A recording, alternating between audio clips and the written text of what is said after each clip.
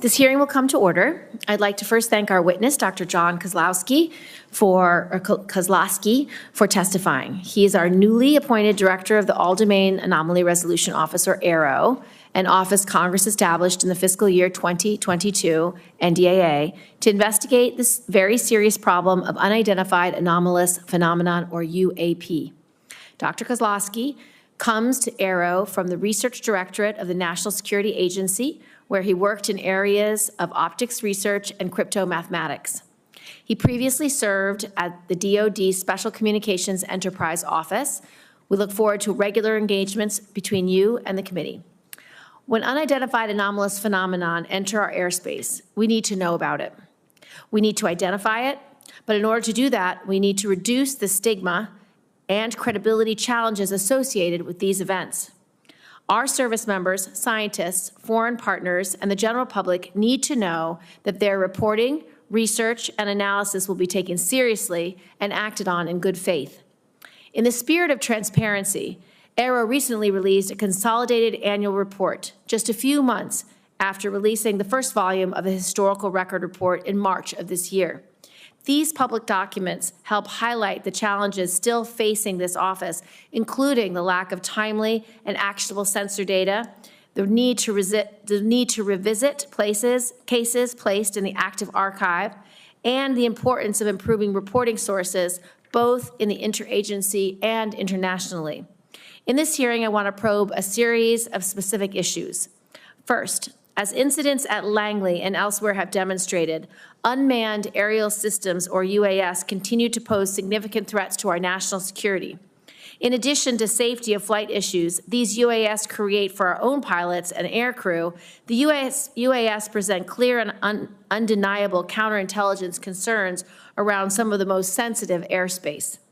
While standard UAS are not part of AARO's mission, your work on sensors at military installations across the country will be critical to making sure that we have the domain awareness necessary to accurately identify and track these objects. I expect your office to also pay close attention to any anomalous characteristics that these systems could present in the future. Second, I look forward to your presentation of 3 case studies demonstrating cases that AARO has resolved, including the Go Fast, which is one of the most prominent UAP cases. However, I believe it is important to acknowledge ongoing public interest in the Nimitz incident, the gimbal video, and other prominent UAP cases, and for AARO to share what it can about those cases as well. It's also important that AARO speak to unresolved cases and what types of anomalous activity have merited further analysis. And while I know AARO has gone through a period of transition over the past year, it is important to share these disclosures, both resolved and unresolved cases, with the public, even when a Senate hearing is not scheduled. Lastly, while some have been hesitant to come forward to AARO in the past, I hope that potential individuals with firsthand knowledge of unreported programs view your arrival in this position as an opportunity for a new start. AARO was created by Congress to do this work. Congress waived non-disclosure agreements for those who disclose information to AARO and gave AARO the authority to go and turn over every rock.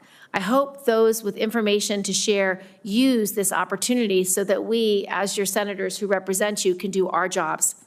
I look forward to hearing more on these issues from Dr. Kosloski and for members to start a dialogue on this important topic. With that, I would like to turn to Senator Ernst for her opening statement. Thank you, Madam Chair, and thank you, Dr. Kosloski.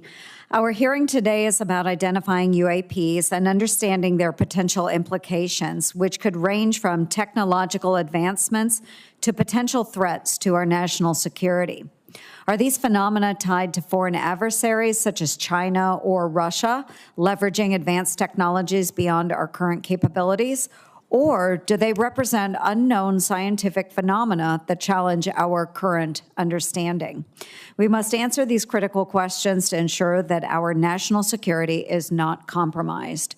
It is vital that all agencies work in tandem to aggregate data, identify patterns, and develop robust analytical frameworks. Our ability to detect, track, and respond to UAPs requires the latest technology and full cooperation from all government branches. Thanks very much, Dr. Kosloski, for your attention to this matter, and I look forward to the valuable insights that you and AARO can provide to our committee, and I yield back. Thank you. Dr. Kosloski, please make your opening statement. Thank you, Chairwoman Gillibrand, Ranking Member Ernst, and distinguished members of the subcommittee. It is a pleasure to be here on behalf of the Department of Defense as the new director of the All-domain Anomaly Resolution Office. I appreciate the opportunity to provide a status update on AARO's work and respond to your questions about unidentified anomalous phenomenon, or UAP. On behalf of the department and the entire AARO team, I want to say how grateful we are to Congress for its continued support. Unidentified objects in any domain pose potential threats to U.S. safety and security. Reports of UAP activity, particularly near national security sites, must be treated seriously and investigated with scientific rigor by the U.S. government. By way of introduction, I'm John Kosloski. I'm a researcher at my core with an academic background in mathematics, physics, and engineering. I've spent most of my career at the National Security Agency, leading advanced research in the areas of optics, computing, and cryptomathematics. By nature, I am drawn to tough scientific problems, which is what brought me to AARO and the UAP mission. Since I arrived at AARO in August, I've been impressed by the breadth and depth of my team's experience and the framework they've established to rigorously analyze UAP reports. AARO has taken meaningful steps to improve data collection and retention, bolster sensor development, effectively triage UAP reports, and reduce the stigma of reporting UAP events. Last year, AARO worked with the DoD's Joint Staff to issue guidance to defense personnel worldwide on how to report UAP observations and is working with the military services regarding implementation. AARO has also launched a public website that features UAP imagery, case resolutions, material analysis, archival records, and more. These are only a few examples of AARO's recent progress, and we're just getting started. To date, AARO has over 1,600 UAP reports in its holdings from across the U.S. government. I'll share a slide in just a few minutes with updated UAP analytic trends. You'll see that many reports resolve the commonplace objects like birds, balloons, and unmanned systems, while others lack sufficient data for comprehensive analysis. Although only a small percentage of reports received by AARO are potentially anomalous, these are the cases that require significant time, resources, and a focused scientific inquiry by AARO and its network of partners. It is important to underscore that, to date, AARO has not discovered any verifiable evidence of extraterrestrial beings, activity, or technology. To accomplish AARO's national security mission, I have set 3 priorities for the office: building strong partnerships, promoting transparency, and scaling up the work of the office. AARO cannot do its work alone. Building partnerships across government, academia, industry, and with the public is essential to the success of the office. Strong cooperation with the military services is particularly important. We rely on their support to implement our reporting guidance and to amplify the message that there should be zero stigma associated with UAP reporting. We also rely on partnerships with the national labs, the Office of the Director of National Intelligence, FBI, Department of Homeland Security, NASA, all of which play a role in the whole of government effort to address UAP. Recognizing the talent and expertise that reside outside of the government, AARO will continue to explore new ways to partner with the academic and scientific communities to investigate its most complex UAP cases. A related priority for AARO is transparency. Our ability to collaborate with key partners, including the scientific community and the public, relies on information sharing, to include downgrading and declassifying UAP-related information. In some cases, it may be unclear to the public why the DoD classified a piece of information in the first place. Why are photos of seemingly benign objects such as balloons classified? It's often the case that an object or phenomenon isn't itself a security concern, but the location, source, or method used to capture it is still sensitive. Many cases are difficult to quickly release to the public, but are reported to the appropriate committees in Congress that are authorized by law or House and Senate leadership to receive the information. It is important to note that AARO does not unilaterally declassify information. Instead, we work with the originator of a classified record to ensure that declassifying that record does not inadvertently harm national security. This can take time. Nonetheless, the department is committed to declassifying and publicly sharing more information on UAP while protecting sensitive sources and methods. I'll be sharing some newly declassified imagery in just a few minutes. Arrow is also working closely with the National Archives and Records Administration to make UAP-related documents publicly available in a digitized collection. Meanwhile, Arrow continues to review the U.S. historical record relating to UAP. We welcome any former or current government, civilian, contractor, or military service member with relevant information to reach out to us at www.arrow.mil. My final priority is scaling up Arrow's work to match its mission. Arrow needs to bolster the quantity, quality, and diversity of data that it acquires and examines. This means tapping into existing data sources within the interagency while deploying Arrow's own organic sensor capabilities. To the extent that UAP results from the domain awareness gaps, more and better data will help us fill those gaps and help us understand what is being encountered. In closing, Arrow is committed to the highest standards of scientific integrity. We will not foreclose on any explanation for UAP prematurely. We will continue to follow the science and data wherever they lead. We will continue to have an open and frank dialogue with Congress in settings like these and in classified briefings. We will continue to keep you fully and currently informed of all UAP information, active or historical. And finally, we will share as much information as possible at the unclassified level to inform the public of Arrow's activities and its findings. For now, I'd like to turn to a brief presentation of UAP trends and cases, and then I'd be happy to take questions.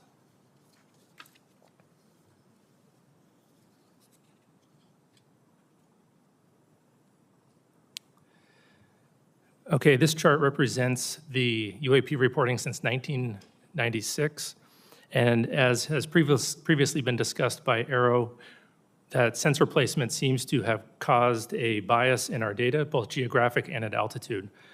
And we're working to resolve that bias in 2025 or reduce that bias through broader engagements with the DoD as well as the IC and the rest of the government, also by incorporating broader sensors into our data and through a public reporting mechanism that we hope to have live in mid-2025.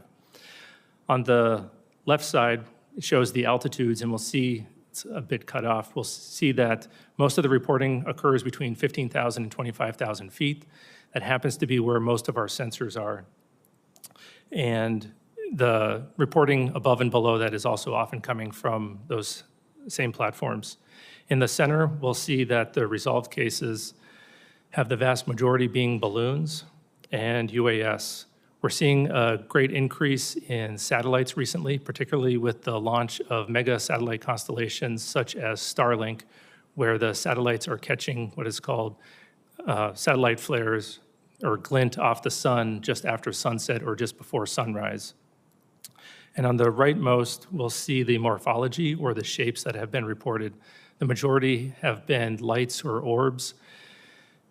We think that there's going to be an increase in the lights with the mega constellations, but our most interesting cases, some of which I'll discuss later, are actually the shapes such as the triangles or the cylinders. And at the bottom, we'll see the geographic bias that I mentioned before, where most of the reports historically had been near the government sites. This bias has been reduced recently by reporting from the FAA. We now get weekly reports from them. And great thank you to our aviators for making those reports. It helps our analysis quite a bit.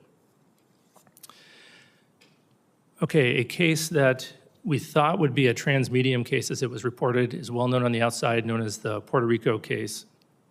It was data collected in 2013 when a Customs and Border Patrol aircraft observed an object flying near an airport in Puerto Rico. The green line in this diagram is the track that the airplane was taking, and those many crossed lines are the directions that the camera was facing at the time that the airplane was flying around the airport, and we'll watch the video in just a moment. The orange arrow in the center is where we assess that the UAP was actually flying, and transmedium means that it goes from one domain into another. In this case, it looks like it goes from the air into the water and then back into the air. We assess that it was actually flying over the airport the entire time. And this video was taken with infrared, and what appears to be the transmedium part where it goes into the water is actually where the temperature of the water is equal to the temperature of the object, and the camera can no longer distinguish between the two. It's not that the object actually goes into the water. And so we assessed that the object, likely a pair of balloons or sky lanterns, was floating at about 7 knots over the airport and descending to about 200 meters. And this video will be released, and our report will be released later this year. The Go Fast was captured the public attention and congressional attention when it was made public in 2017. Looks like an object flying very fast over the water, very close to the water. Through a very careful geospatial intelligence analysis using trigonometry, we assess with high confidence that the object is not actually close to the water, but is rather closer to 13,000 feet. Diagram here shows as the platform is flying and capturing the object, if it is closer to the platform at a higher altitude, a trick of the eye called parallax makes it look like the object is moving much faster. And so we've written a detailed paper on parallax, released that on our website so that the public can literally check our math on this analysis. An interesting case, which I don't believe the public is familiar with, is captured in 2018 from a UAV flying in the Mediterranean, watching Mount Etna as it was erupting. And it appears that that object is flying through the plume of superheated gas and ash. This was a rather difficult case to resolve. We had to pull in support from a number of IC and S&T partners and even reach out to a volcanologist. And through very detailed 3D modeling and pixel-by-pixel analysis of the object as it's traversing across the clouds, they assessed that the object was actually 170 meters away from the plume and not flying through it. And to be clear, Aero does not believe every object is a bird, a balloon, or a UAV. We do have some very anomalous objects. It's just the nature of resolution. We can only resolve things that we understand. So we're now working on additional products where we can inform the public, Congress, and others of the objects as we're studying them, rather than once we've resolved them. With that, I'll take your questions. Thank you, Dr. Kosloski. I appreciate your testimony. It's been widely reported that individuals claiming first-hand knowledge of unreported UAP programs have been reluctant to engage with Aero. What message do you have for those individuals, and how will you work to gain their trust? I would let them know that Congress has gone out of its way to create the organization Aero specifically to conduct these sorts of investigations and has uniquely empowered them to have access to all UAP-related information, whether that's historic or current. Mm-hmm. And we take that responsibility and those authorities very seriously. And so we have been reaching out to a broader community, encouraging folks who had talked to Aero personnel in the past and maybe felt uncomfortable to come back to us. We've met with several of their interlocutors and a couple of firsthand witnesses, and we are making great progress, and those firsthand witnesses that we have talked to do feel comfortable coming back to us. Mm-hmm. And so we hope that more folks that do have information would go to www.aero.mil, fill out the form, send it to us so we can bring them in for interviews and add their information to our investigations. Thank you. I recently just read your report from March, your historic report, and I would encourage anyone who's interested in this topic to read the report, because when I was asked by a reporter about it, they said, well, it doesn't show any evidence of secret programs that have aliens. That's not how I read the report. What I read the report is the U.S. government took sightings extremely seriously over the last 75 years, put some of the greatest minds ever to analyze these cases because they assess them as some deeply unknown phenomena that may or may not cause threats, that may or may not be related to adversaries, but are certainly something that the U.S. government needed to know about. And what I read from this report is that we resolved numbers of cases, but in almost every instance, whether it was in the 40s, the 50s, the 60s, the 70s, the 80s, the 90s, the noughts, half the cases were unresolved. So I don't think this is an example of the government not taking these cases seriously. I think this is an example of our government spending 75 years taking these cases very seriously. And interestingly, for the group that put together this report, they didn't have access to any firsthand reporting. And so from my perspective, for whistleblowers and people who want to come in, please come in, because the purpose of Aero is so that the senators can do our job to provide oversight, accountability, and transparency. We find it very concerning that our pilots, that our Navy officers, that people who have sightings of UAPs are denigrated, are somehow dismissed or disregarded. They need to be protected. This is a huge issue for national security because, number one, we don't have domain awareness, which is very problematic. Number two, we don't have domain superiority if we don't understand how different UAPs are flying, what technology they're using, what their mission is, what their purpose is. And at the base level, we have so many UAPs around our bases, around our military sites, around our nuclear sites, that it's deeply disturbing that adversaries at a minimum could be using these opportunities to spy, to glean intelligence that will harm our long-term national security. So I'm grateful that you're taking the whistleblowers very seriously. I'm grateful that Aero is trying its best to integrate the private sector, the public, into their work. Interestingly, in this hearing, we heard that the FAA is now working hand in glove, which is very helpful. We want this public-facing accessibility to be put in place by 2025 so that people can upload their videos, their data, their reports.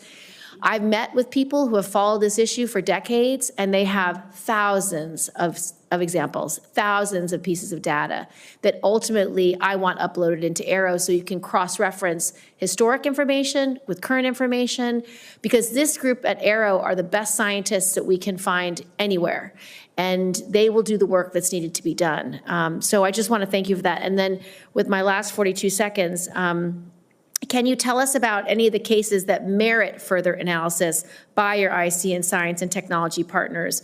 What is it that makes these cases anomalous?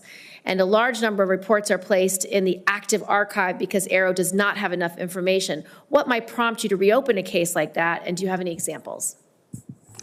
Sure. I'll start with the active archive case. So that is just the place where we put cases where we don't have enough scientific information to resolve them at that time, but we're always looking for opportunities to correlate them to new cases that come in as the new cases come in, as well as enrich those cases with additional data.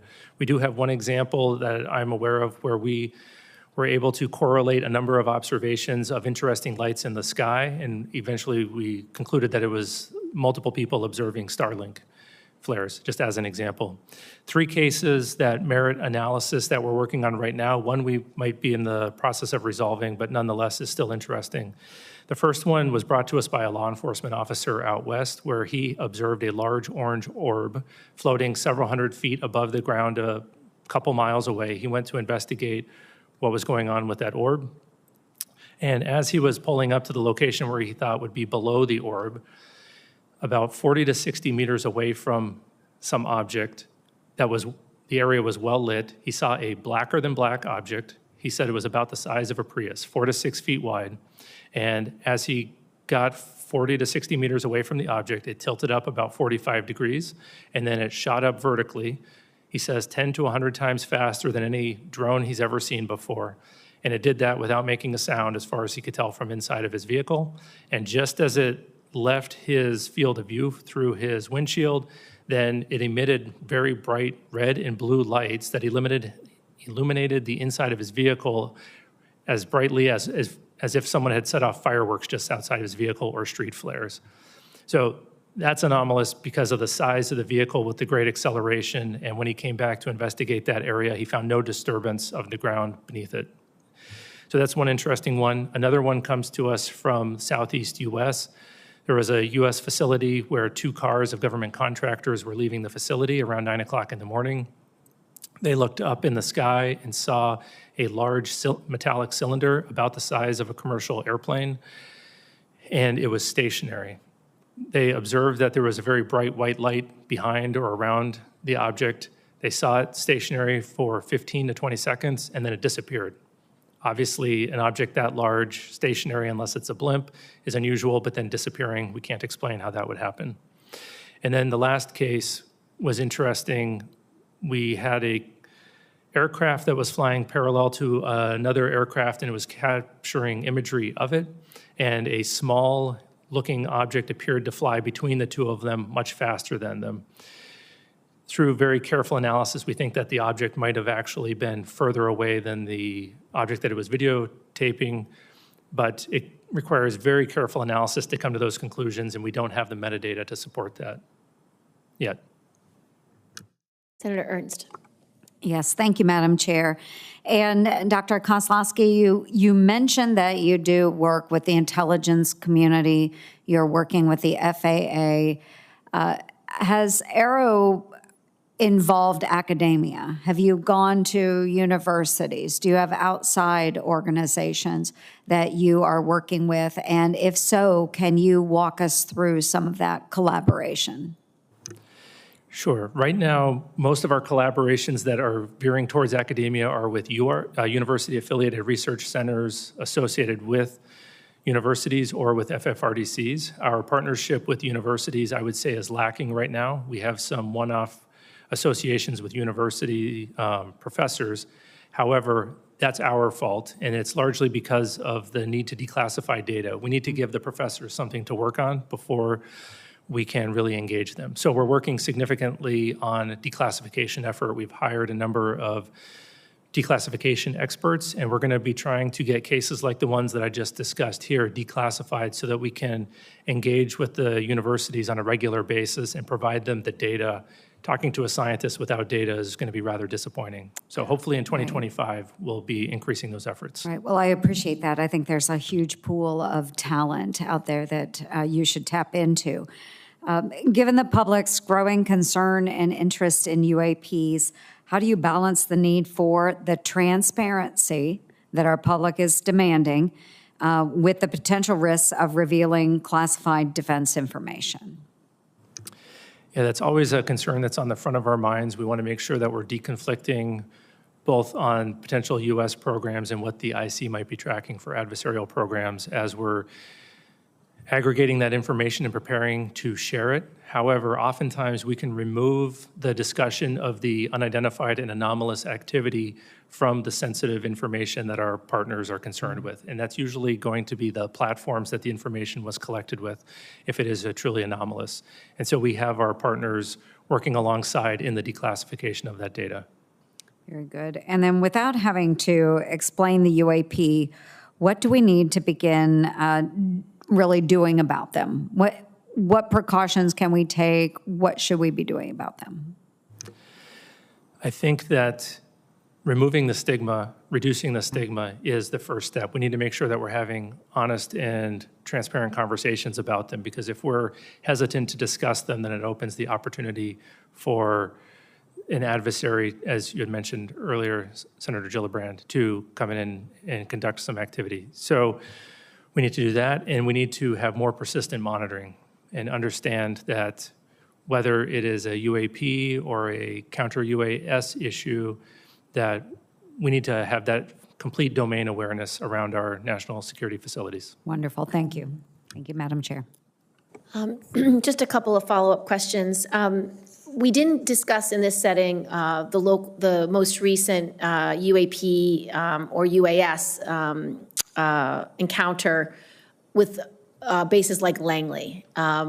I know that the incursion by UASs that were publicly made available through the press that took over 2 weeks was fairly alarming to senators because there was a question about what technology they were using. There was a question about why it was so hard to detect.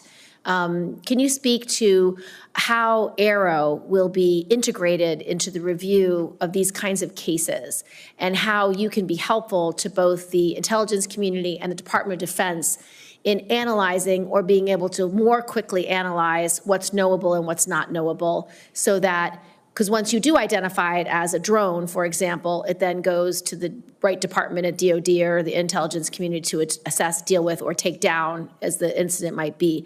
But to talk to us a little bit about what role you can play for both the DOD and the IC community in these kinds of incursions that are happening when we don't know what tech is being used and we don't understand a flight pattern or we don't understand how they arrive and depart in the way they do. Yeah, we are generally going to be supporting them through an advisory capacity as an organization that naturally needs to conduct baseline experiments of the environment to see what normal looks like, whether it's balloons, birds, anomalous activity, or drones flying through an environment, we're going to gather a lot of data that will allow us to characterize an environment very well and then detect and follow those tracks, hopefully rather efficiently. There's also a lot of overlap in the type of sensors that are going to be used for the counter-UAS mission and the UAP mission, whether that's active detection like radars or passive like cameras. And so as Aero is trying to push the bounds on detectability for UAP, we're hopefully going to have best practices that we can also provide to the counter-UAS, and potentially we might have additional technologies that we can offer them to support. I'd like to just address a little bit of reporting and feedback.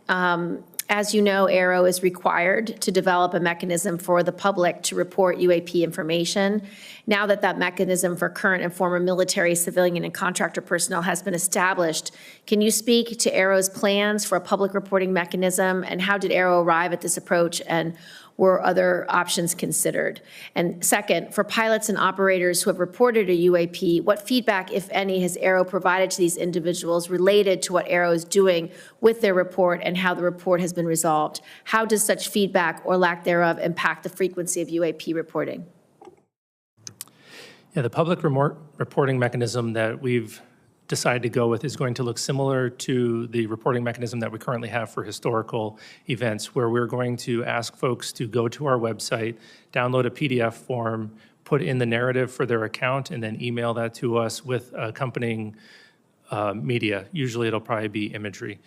We went with that option because we thought, one, we could do it rather quickly, we could do it efficiently, make it very cost-effective for the taxpayer, but also we think we can gather all the data that we're going to need to conduct our analysis, and then we're going to have that feed into an automated processing system that will cross-correlate that against all the other public reported cases as well as the U.S. government cases.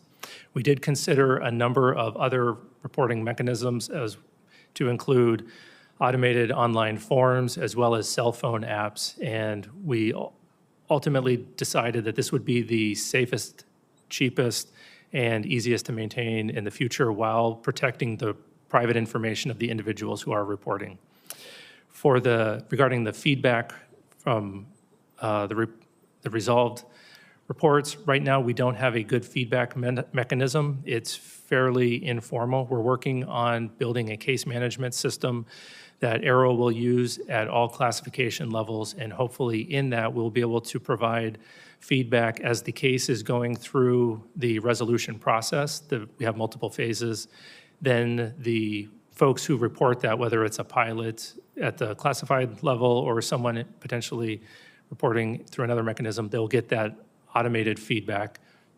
And then it is not determined at this point yet how much information we'll be able to include in that feedback where it is in the process. It'll depend on the classification of the resolution of the case.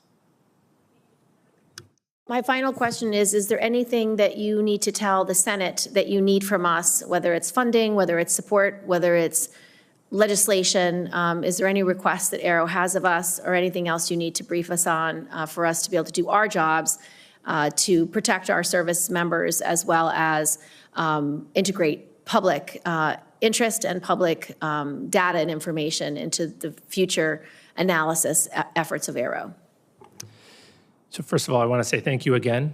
I think that the authorities that we have are remarkable, and I think that we are well-resourced as an office. The only ask that I would have is that you continue to champion us, particularly with witnesses, encourage them to come forward and report to us so that we can have a more fulsome investigation of the potential historic or ongoing legacy programs.